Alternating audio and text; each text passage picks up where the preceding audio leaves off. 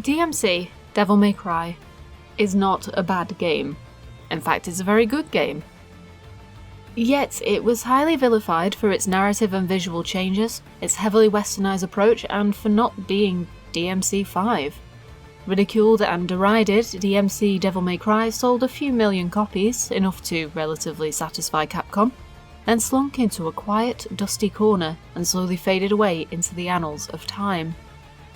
And then DMC5 was announced, and amongst the excitable flurry of internet activity, a loud minority were demanding to know why DMC5 was not DMC DMC2.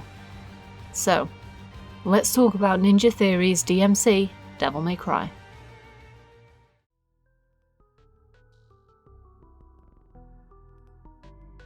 I'm going to start off with a simple, subjective statement. I like this game. I happen to like it a lot. As a game, I find it fast, fluid, and fun. It looks gorgeous, sounds gorgeous, and plays extremely well. The problems that I have with DMC are largely related to its story and characters, but we'll discuss those at a later time.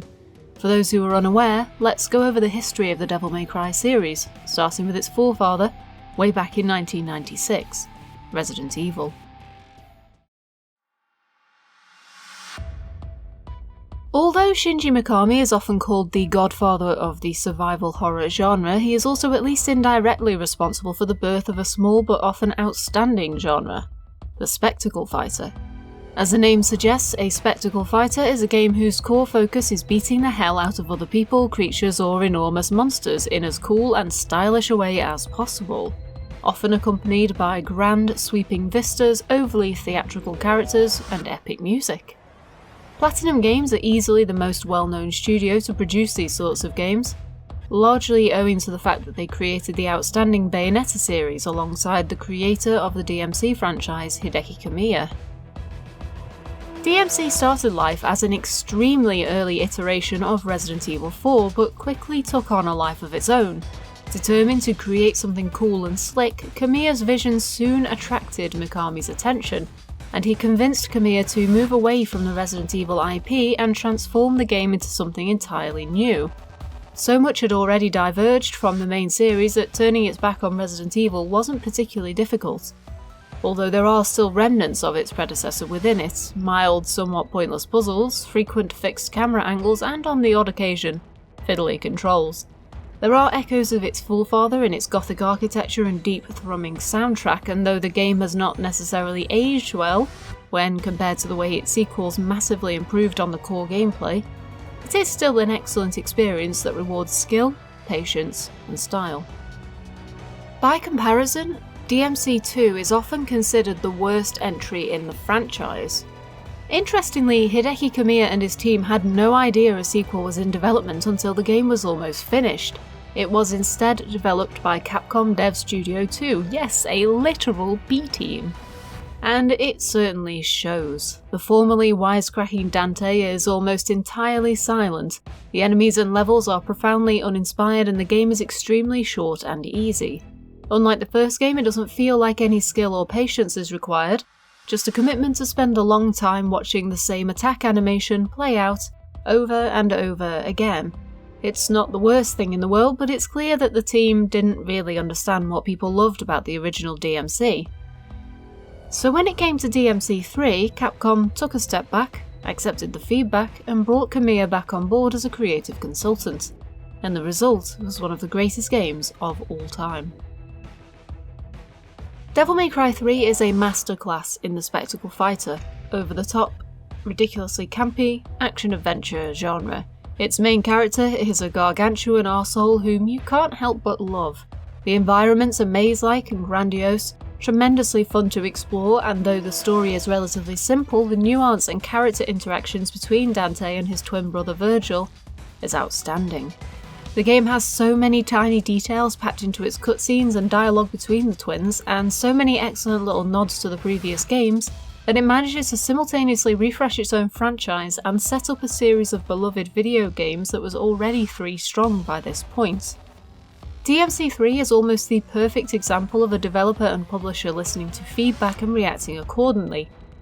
and though it does have its occasional issues, extreme hikes in difficulty, the odd boring boss, and an infrequent lack of direction that makes navigating a little bit difficult, it takes everything the previous games did well and ramps them up to 11. Elements of Resident Evil still remain, the goofy dialogue, commitment to serious and weighted themes when it matters most, and the drive to push players into becoming intimately familiar with its map, rather than just breeze down linear corridors. The music is sublime, the cheese is glorious, and the sombre undertones and dark, depressing contrast between lovable Dante and determined, desperate Virgil make this one of my favourite games of all time, and it is the reason why Virgil is also one of my favourite video game characters.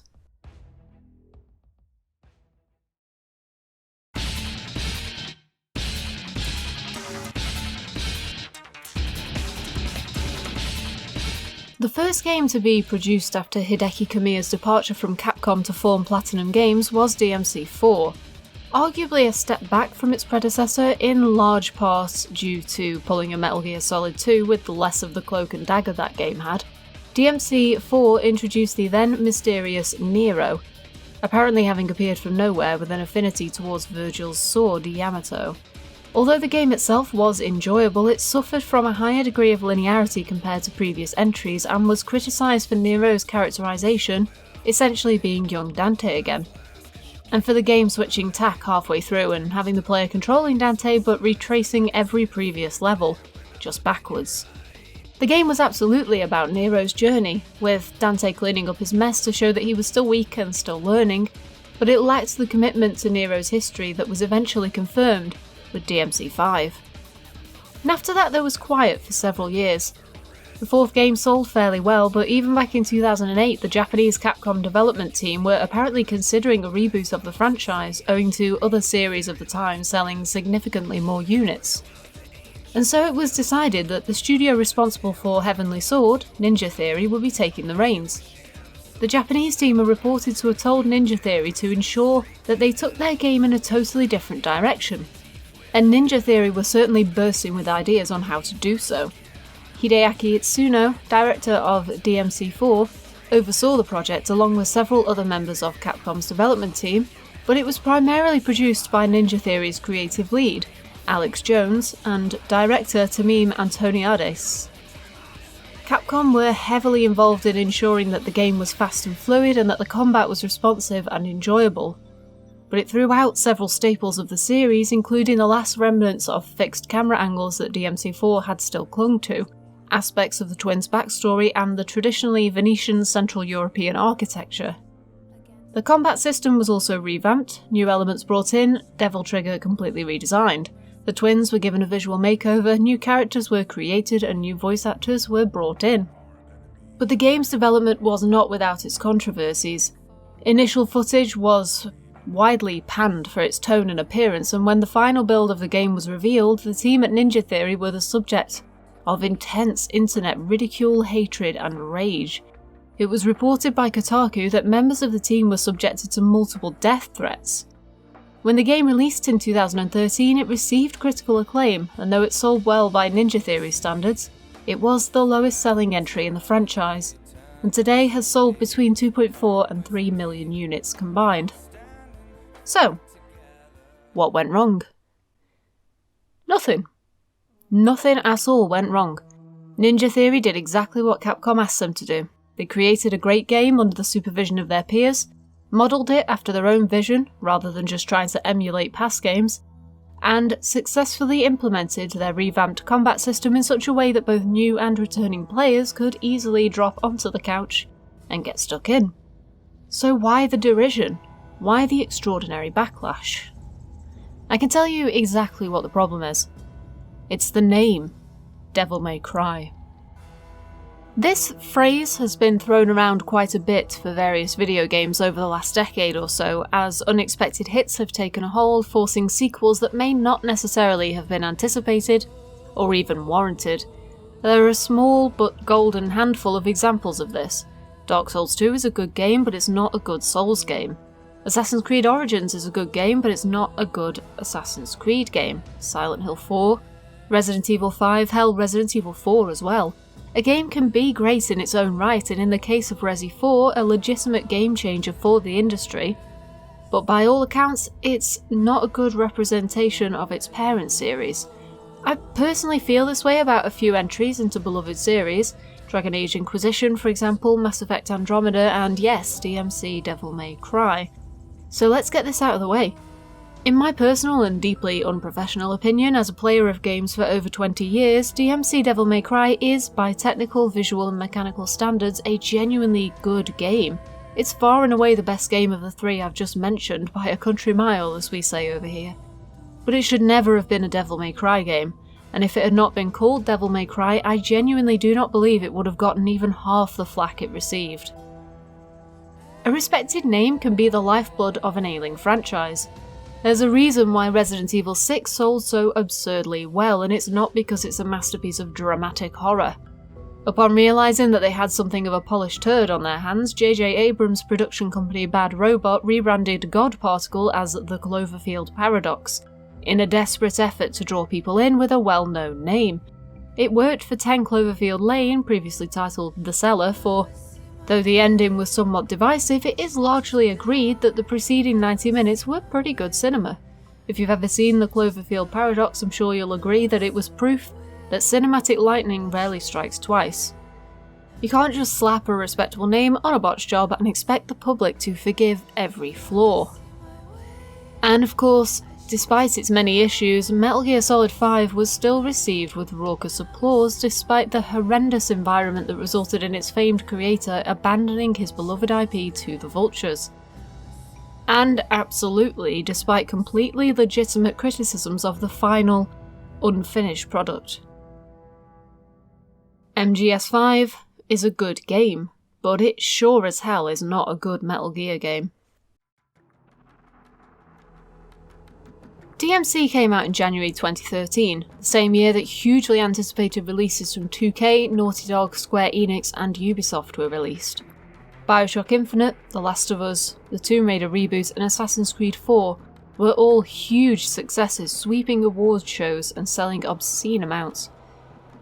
January has always struck me as a half and half month to release a new game in. On the one hand, post-Christmas blues will be setting in as people return to work or run out of things to do when they finish up the games they were given during the holidays. But on the other, no one has any pissing money to buy new games. Over here in the UK, employers will often bring December's payday forward a week so that you can spend your hard-earned dosh over the Christmas period, and then promptly be broke for a woefully long 6 weeks before January payday cycles around. So, understandably, reception towards major releases, especially those with as much clout behind them as a DMC game, would be pretty lukewarm. It's actually quite fascinating to me that both Capcom and Ninja Theory were happy with how DMC sold and how easily they seemed to brush off the ire of the internet. It's fascinating in the same way that From Software's celebration of selling 2 million copies of Dark Souls was. That these days a game like Dead Space 3 can sell 6 million copies and be deemed a failure, whilst a new entry in a long-running, well-loved franchise pleases its publishers with just 2 million units shifted. It's all a matter of perspective, and sometimes it's best to set aside your expectations and enjoy something for what it is rather than what it isn't. And that's how we're going to look at DMC first of all, for what it is. And what it is happens to be a pretty solid spectacle fighter, with some unfortunate, glaring flaws. So, let's imagine, a little like we did with Thief, that the DMC franchise doesn't exist, and give DMC a proper, fresh-eyed look, as if it were a brand new IP in its own right. I'll try not to reiterate the fact that this likely would have spawned a franchise if this were not a DMC game, or if it were the first ever DMC game, but it is important to bear this in mind whenever we're discussing this game's pros and cons. So, imagining that this is the case, what are the things that DMC Devil May Cry does right? The core of any spectacle fighter is, of course, its combat, and before I even dare to get started dissecting fighting mechanics, let me just issue a quick disclaimer. I am really bad at remembering button combinations, and I do tend to just button mash or overuse the same attacks simply because I don't have the patience to learn half the time. That said, I did try my damnedest to actually play the game properly when I was recording it, so you're going to see a weird mix of okay-ish gameplay and obvious button mashing. so if you're about to write a comment on it, don't worry, I've got you covered. Anyway, back to the point. DMC's combat is, aside from a few small niggles that we'll get into, pretty much excellent. It's fast, fluid and slick, buttons are responsive, and it's rare that your input will be misread, given the fine-tuned timing windows for each possible combination. As with most of these kinds of games, your attacks are generally triggered by one of three combos. A fast-paced series of inputs, a series of timed inputs that usually require a slight pause between them, and a directional combo, usually achieved by pushing the control stick or movement key in a certain direction, and combining it with different attack types. These are the traditional fundamentals of this style of game, and to be fair, in the wider fighter genre in general, and have remained largely unchanged, aside from increased responsiveness over the past 2 decades.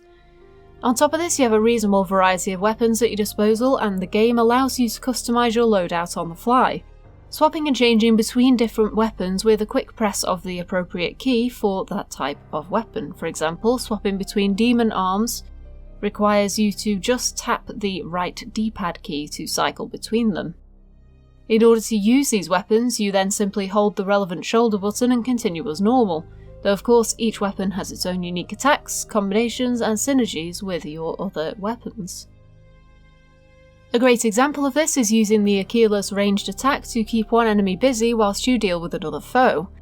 There's an excellent array of crowd control options with each weapon, with the weaker, faster angel arms having a wider range and distraction capabilities, and the demon arms being far stronger but shorter in range, and slower, offset by a larger area of effect for most attacks. You also have your basic sword, Rebellion, which is the traditional decent all-rounder, your perfect mid-ground for most basic enemies, and your guns, primarily useful for keeping combos chained together or dealing with smaller, aerial-based enemies. With the large array of weapons comes the first real issue I have with this game's combat, and it's a sentiment that's been echoed by many other people: colour-coded enemies. As the game progresses, and presumably to encourage you to utilise your arsenal to its fullest extent, certain enemies require a particular type of weapon to kill them, and they cannot be damaged by any other weapon type. Attempting to attack them with anything other than their specified colour will usually result in a hit to your combo. Given how early this starts happening in the game, it's extremely easy for this forced tactic to bring the game's pace to a grinding halt.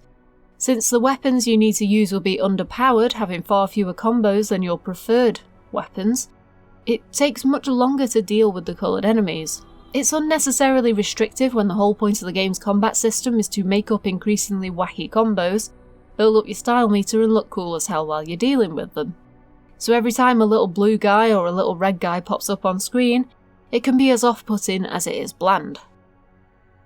Having said that, once you reach the point in the game where you have every weapon and can freely swap between them on the fly, and once you've become confident with using everything at your disposal, the colour-coded enemies just become a passing annoyance more than a legitimate issue. Even so, though it's not really a huge detriment to the game, it does have an adverse effect on the enjoyment that you can have in the early stages. And when enemies start hitting seriously hard, punishing even the slightest mistake, it can at times feel deeply unfair. Speaking of which, as tight as the combat is, there are a few minor hitbox issues that are predominantly noticeable when fighting the chainsaw guys. Like the infamous Dark Souls hitboxes before it, DMC's enemies with grab attacks have a magical ability to teleport you onto the attack proper, even if there is no earthly reason why it should have done so. There's no real room for error. If you were subject to a glancing blow, you're still dragged onto the chainsaw to take the full force of the attack, and sometimes you can even be caught mid-dodge at a point where iframes should have protected you. It's not frequent, but the chainsaw guy's habit of charging at you from off-screen does make this attack and this particular enemy a greater grievance than any of his colourful brethren. Dante himself controls relatively well, although there can be the odd occasion where a jump that feels like it should have been successful lands you in an endless pit. At times, your ability to grab platforms with your angel or devil arms feels very hit or miss, with some platforms appearing to require an extremely specific moment for you to press the corresponding keys before your grab will definitely work. It's not unusual for games like this to have quirks when controlling the main character, since the combat will generally be of such a high quality that the innate auto-tracking and combo keepy-uppy games will hide the few flaws the character movement has. but when it comes to pure platforming or exploration sections, those few flaws do seep through more so than usual. It's been said that it's far too easy to build up a high combo and being hit doesn't feel punishing enough. Your combo meter in this game is based on a combination of factors: time between strikes, damage taken, and attack variation. There's a degree to which I can understand and agree with this. It is possible, though not frequent, for certain attacks to push enemies beyond the range of your follow-up attack, breaking your combo. It does seem that accommodations were made for this, as you have a grace period between attacks where you can rekindle that combo without losing much momentum, but that doesn't excuse the fact that it happens to begin with. Still, I would venture to say that this isn't a huge issue until you start tackling the higher difficulties where a single strike can kill you. And there's nothing more irritating than dying to something entirely unavoidable.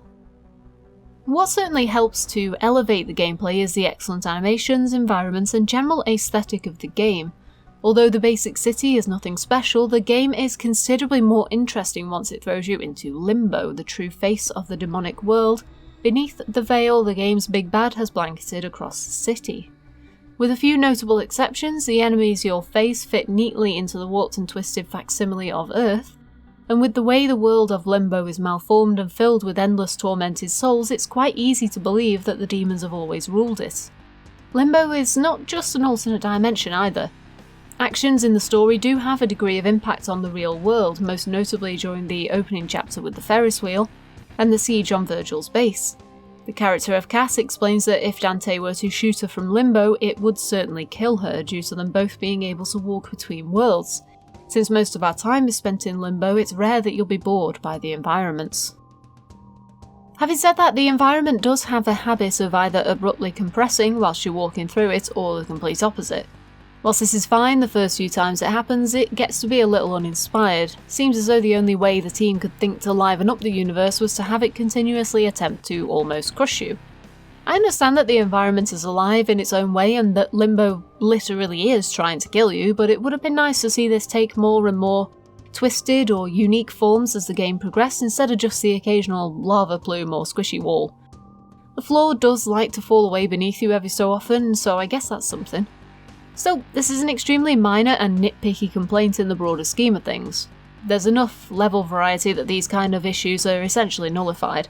From getting your body beat in Lilith's club and beating up an overgrown baby, to getting puked on by a swearing sailor of an enormous cockroach thing, to an upside-down world mirrored from our own reality, the environments are varied enough that the way you progress through them, though largely linear, is never dull. It's worth mentioning at this point, for those who don't know, that Ninja Theory are a British company, and the city of DmC is very clearly inspired by London. The Ferris wheel resembling the London Eye, of course, the architecture and general look and feel of the city being quite rooted in Gothic and Victorian architecture. And no, those aren't the same thing, I promise. But there is also one other thing that I've not really seen many people discuss: the surveillance state angle.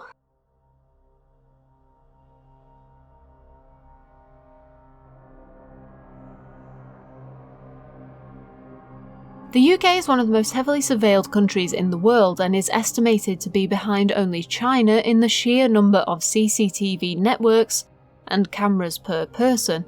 There is approximately one CCTV camera per 11 people in the UK, and with a population of roughly 67 million, that amounts to more than 6 million cameras countrywide, private and corporate, although I would take that number with a very large pinch of salt. This is one of those facts that tends to get blown well out of proportion or turned into a national stereotype, but at the same time, the period of 2006 to around 2012 was marked by a sudden surge in attention towards the increasing CCTV within the UK, and London in particular. Various estimates suggest that there are 500,000 cameras in London alone, though again this is likely an exaggerated estimate. Still, despite the validity of these claims, it's inarguable that the development period of DmC would have been influenced by the news of the time, and those years were profoundly impacted by fears of an increasing Big Brother presence.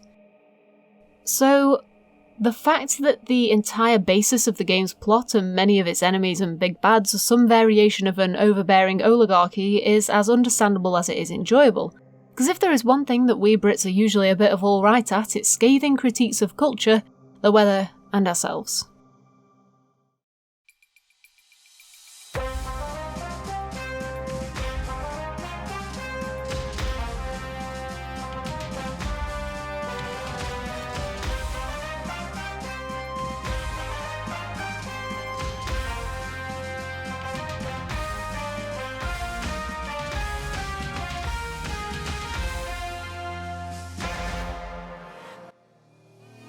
This is never more clear than in the best boss fight in the game, Bob Barbas, an event that takes place entirely within a televised limbo representation of the real world, where Dante's efforts to destroy Bob's power structure are displayed on the television as a relentless, murderous deviant rampaging through a city.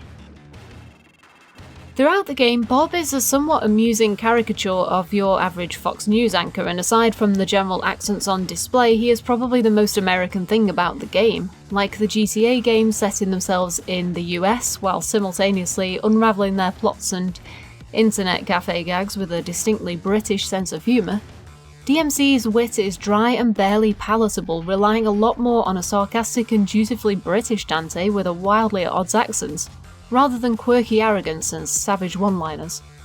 DMC is a game that, for all intents and purposes, is about a pair of disillusioned young blokes fighting back against an imposing nanny state by hitting it with pointy sticks and comparing their sodding dick sizes. And I got a bigger dick. And that's not to say that I believe DMC is a game about big themes where its predecessors really weren't, but I certainly feel that the national concerns of the time had a huge impact on a game that was being designed to appeal to the broadest common denominator. Bob Barbas, as enjoyable as his character and his boss fight is, could easily be described as the most token thing about the game. Although the plot revolves around a subservient human race persistently being trampled underfoot by Fox News rhetoric, and kept in check by scummy magic juice produced from a cockroach's bile duct. So much of it is strongly understated, relying heavily on the background of the game rather than the few things it does throw in your face. Mundus, the game's big bad, controls the world through debt, and stands at the top of an ivory tower to keep an eye on all those crushed beneath him. His belle Lilith runs a club where she watches from the sidelines whilst her minions make sure humanity throws cash at their feet and drinks themselves stupid. In a world where CCTV cameras are demons in disguise and office workers are perpetually tormented souls ground down to the core through work alone, Bob Barbas' supreme flair and almost religious zeal are extremely out of place. And yet, despite all that, the overarching themes of the game draw almost entirely upon mass surveillance and the mollycoddling of an increasingly infantile sue-happy culture, content to sit and stew whilst the elite few in power dictate the course of their lives. It is a cynical, dystopic think piece on the nature of power, the vast leaps in technological advancement, and the adverse effect a world reliant on cash flow, routine, and workload has on basic human decency. I'm not saying that DmC could be read as a vicious critique of the surveillance state insidiously creeping through Britain, but wait, no, that's exactly what I'm saying.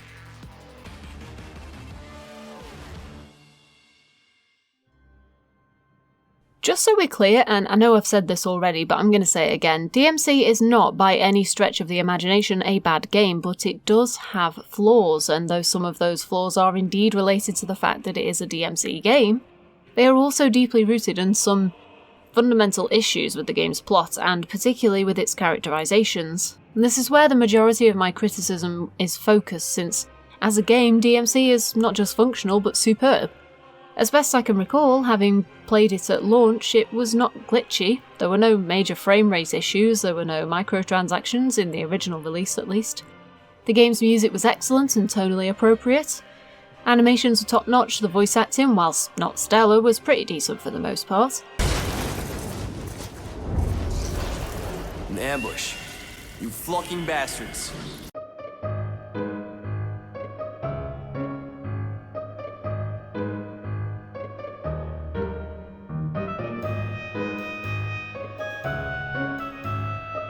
You flocking bastards. You flocking bastards. The game direction made it pretty evident that this was a labour of love, and Capcom's gentle influence over it was clear but not overbearing. It was a game made by people who cared, who were given the creative freedom to make what they wanted within a specific established universe, and it's that established universe that caused many of the issues with the game to be brought to the forefront. DMC's biggest problem, for me at least, lies in how inextricably its characters are tied to its plot and the narrative progression, and in particular, the dissonance between Dante and Virgil's words and their actions. And also the fact that the dry wit is totally incompatible with the character we love, but that's beside the point.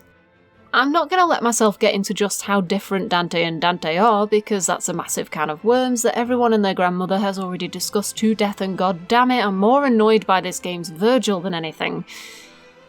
But let's talk about Dante first. In the Devil May Cry canonical series, Dante is, in 4 of the 5 games, an arrogant, cocky, self-centered, derisive, irritating, hilarious, pernickety, scathing, savage, totally unlikable, lovable arsehole who can't resist the opportunity to drop a quick quip. In the end, we're all satisfied. You are set free.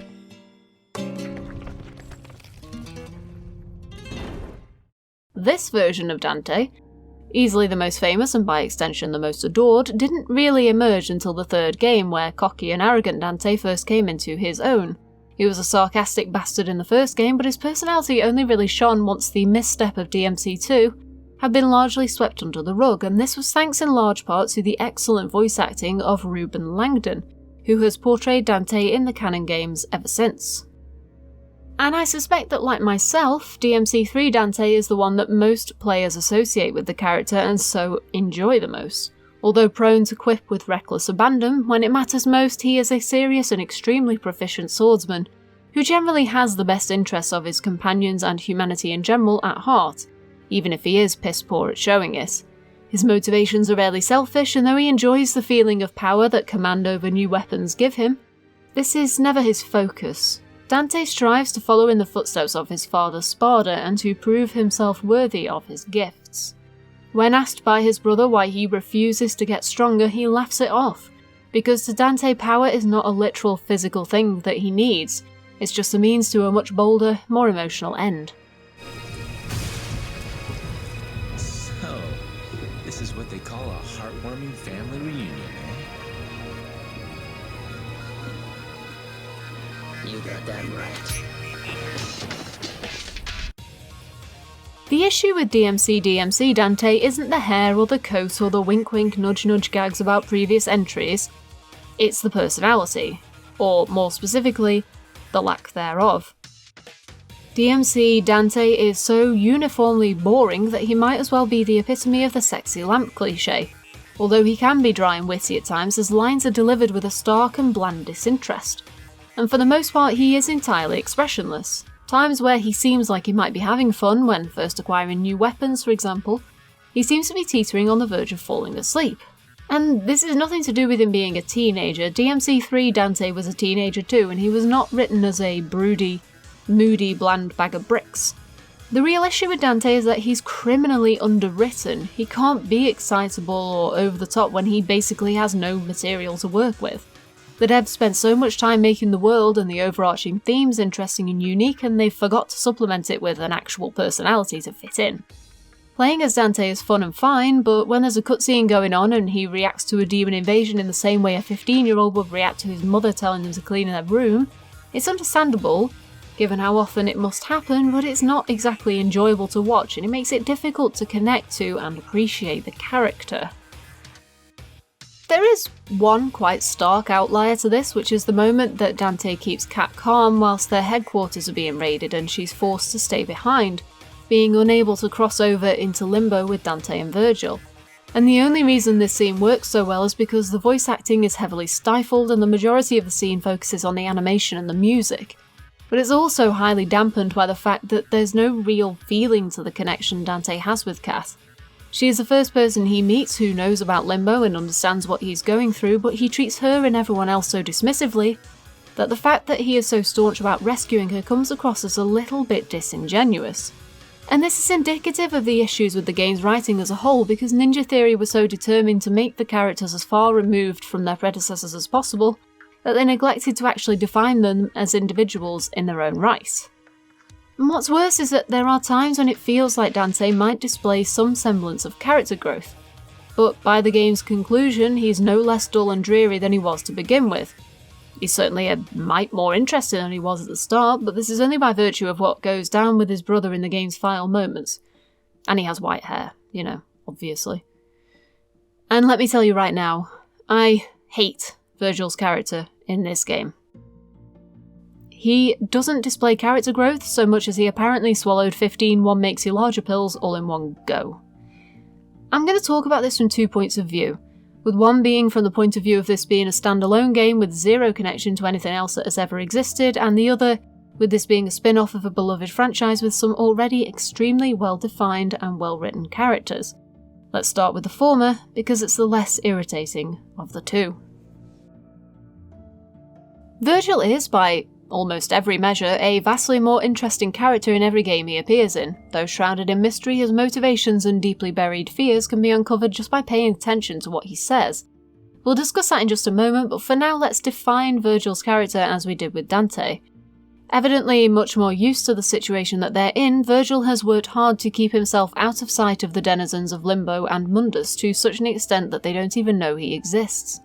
Whilst Dante has struggled with war in the underworld, Virgil has worked to establish a network that operates in an anonymous-style fashion, actively undermining their overlords through televised appearances, the internet, and so on. He's been looking for Dante for a long time, as together they are the key to defeating Mundus and sealing the demonic realm off from humanity.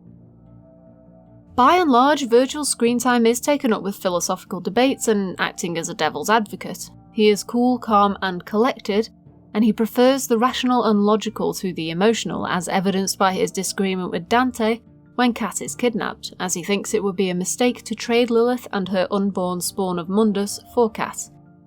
Whereas Dante's emotional connection gets the better of him. Virgil is never really painted as being in the wrong for thinking as such, only shown in a positive manner as being the calming foible to Dante's headstrong impulsivity. Although the player is naturally inclined to side with the playable character, they are also heavily pushed into listening to Virgil, who has been playing a sensible and invisible game for far longer, and whose tactical prowess is greater than Dante's, as the level-headed strategist without whom they cannot hope to defeat Mundus and his spawn. Whether intentionally or not, the player is led to trust and believe in Virgil, to accept that he knows what he is doing, and that this plan has been a long time coming. And it's all in aid of his betrayal in the final few moments of the game.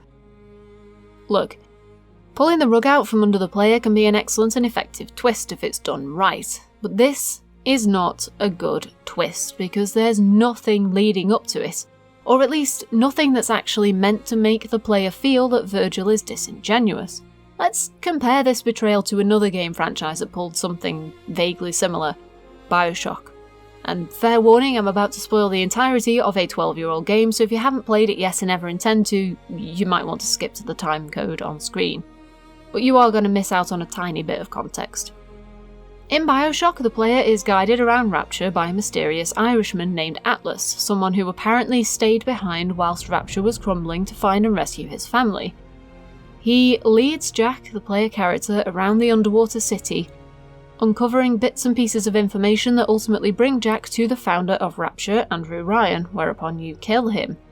And it is then revealed that Jack was naught but a pawn in a grander game, as Atlas sheds his disguise to reveal that he is Frank Fontaine, the dissident and revolutionary behind the riots and destruction of Rapture, who used Jack to get to Andrew Ryan and kill him so that he could take over the city for his own nefarious needs.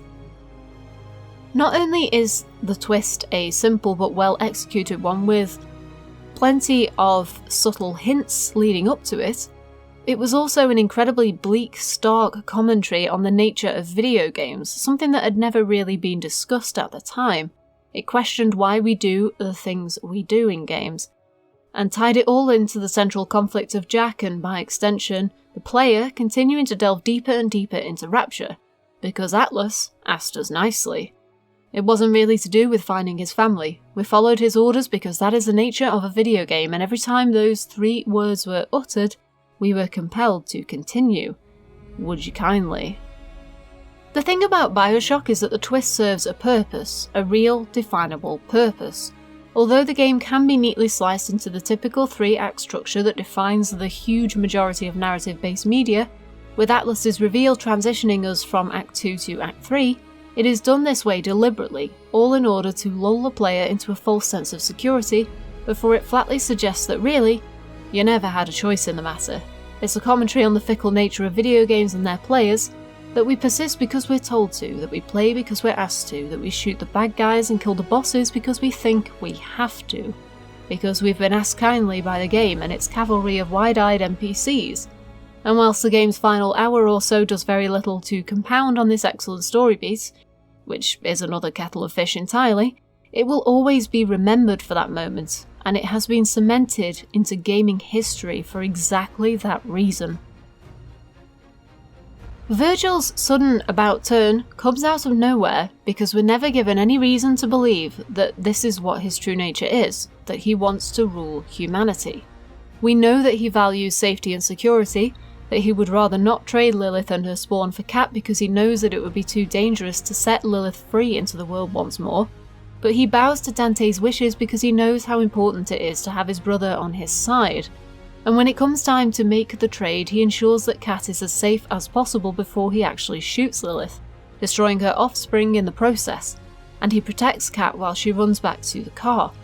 Cat herself makes it very clear that Virgil has always looked out for her, that he rescued her from a dark and miserable place, and that she trusts him implicitly. So when Virgil turns around and proclaims that the path is clear for us to rule, you're damn right it comes the hell out of nowhere. The question of why it happens is pretty simple. The game needed to end on a sequel bait, and it needed a fight with Virgil. And this is where we get into the second point of view, that of comparison to the original Virgil.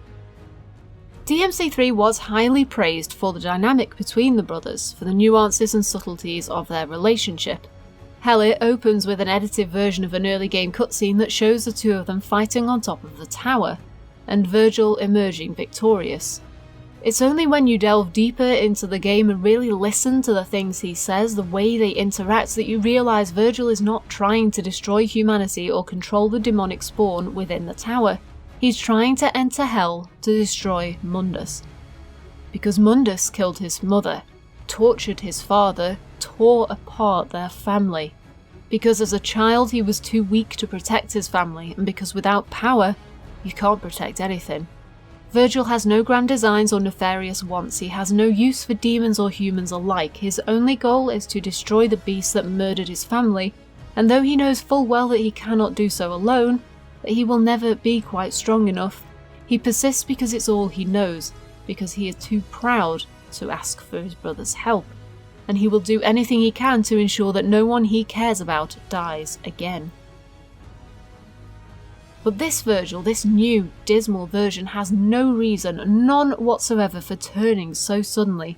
He doesn't want to protect anyone or prevent any more deaths, he wants to rule, and he wants to do so because humans can't look after themselves, I guess? The thing about trying to distance your new versions of beloved characters from their originals is that it only really works if they can stand on their own 2 feet, but the characterization of both Dante and Virgil speak volumes of a fundamental misunderstanding of the intrigues and nuances of their predecessors. Whilst DmC's Dante is simply bland, boring and a bit grumpy, Virgil's abrupt designs for power is a nonsensical sideline in a game that would have been better served by ending on a suggestive note, instead of flat out taking a 90-degree turn into Crazy Town. The game was always going to end with sequel bait, and when the only reason you could think to force the brothers into conflict is by thoroughly destroying the only half-decent character you have in your game, in throwing away what's been built just because you want a cool fight, because otherwise Virgil would have done literally sod all in the entire game, then perhaps you should rethink your priorities. What would have been better would be to have Virgil sacrifice himself to pull Mundus into Hell and seal him away, closing off both of them behind a gate that needs the 2 brothers to open it again. That way we could have inferred that he would be corrupted by whatever lay within, and that this would be the catalyst to set him along a dark path.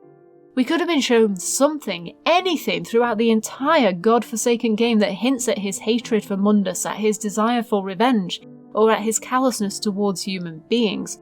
We could have been given a cold and aloof character, singularly focused, paying no heed to the wants of others because he needs Mundus to be destroyed no matter what the cost.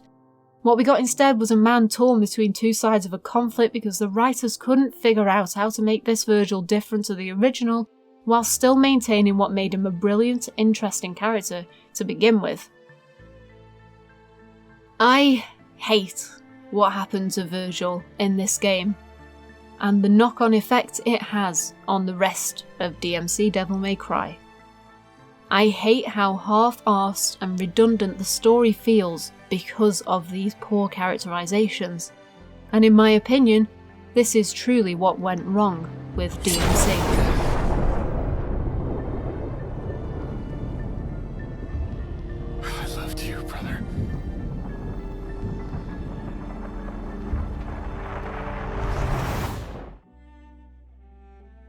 In the years since DMC was released, the internet's intense hatred and derision has ebbed away, and where those who fervently despise the reboot have moved on to pastures new, those who enjoyed the game have found it perhaps safer, I suppose, to discuss how much they enjoyed it. It's generally agreed that DMC is a good game, that it's fun to play, enjoyable to mess around with, the replayability is solid, and the game's design is intense, fresh, and reasonably unique. Once the angry throngs had dissipated, those left in their wake were allowed free rein to enjoy the game at their leisure. So, when DMC5 was announced at last year's E3, accompanied by a fantastic trailer that showcased a newly redesigned Nero, classic Dante, and portrayed the absolute best that Capcom's proprietary RE engine could offer, the otherwise quiet minority wondered why the original franchise was being favoured over Ninja Theory's pretty decent reboot. It's not surprising that DMC Devil May Cry never really caught on with the masses. The internet has a tendency to foster railroaded hardline anger at something that it finds personally offensive, no matter what the reason, and anonymity and herd psychology has its benefits in this endeavour. And in an effort to appeal to the strongest common voice, a company will do what it feels it needs to ensure that the goodwill and strong sales are maintained. Even if DMC had sold incredibly well, its reputation would always have been tarnished by the controversy that surrounded it. It's unlikely that it would ever have been able to escape a reputation that was mostly undeserved. For what it's worth, DMC was, and remains to this day, an excellent showcasing of a talented and small British studio who didn't much care for what the masses thought, who made the game they wanted to make with the blessing of Capcom themselves. Beyond the fine-tuning of the mechanics, inarguably the most important aspect of a spectacle fighter game, the lack of interference from a major company allowed Ninja Theory to create the universe they wanted, albeit lacking the characters that they needed. They should be proud of what they accomplished. Hell, Hideaki Itsuno stated that if it had been a world-changing hit, it might have changed the course of the series by becoming the new DMC. Capcom were reportedly pleased with the final product and its sales figures. Ruben Langdon, the voice actor and motion capture artist for Dante, urged players to give the game a chance. DMC5 producer Matt Walker praised the game's amazing world, stating that Itsuno himself was proud of the game, and that it was as important as any other game in the series. Ninja Theory would go on to produce Hellblade Senua's Sacrifice, a hugely applauded game developed and published entirely in-house, lauded for its visuals, story, and attentiveness to its core concept, that of the effect of mental illness on an individual. And they were recently acquired by Xbox Game Studios, effectively becoming a subsidiary under Microsoft, and as of recording are working on a series of predominantly VR-based experiences. I won't lie and say that I think it's a shame that DMC never caught on. It certainly deserved better than it got, and I will never condone the behaviour that was aimed at the developers during those early days. But there was too much love lost for a franchise to ever truly have been viable, no matter how much hard work Ninja Theory poured into it. My personal grievances with the story and characters aside, it is still a game I frequently replay, and it deserves a second chance, if not for its narrative contents, then for its impeccable gameplay. Strip away the DMC moniker, imagine that it's a brand new IP, imagine that Dante and Virgil are Michael and Gabriel instead, and you're left with a flawed but fascinating gem that should be endlessly replayed. If only so that you can repeatedly enjoy bashing Bob Barbas' smug face in. Now,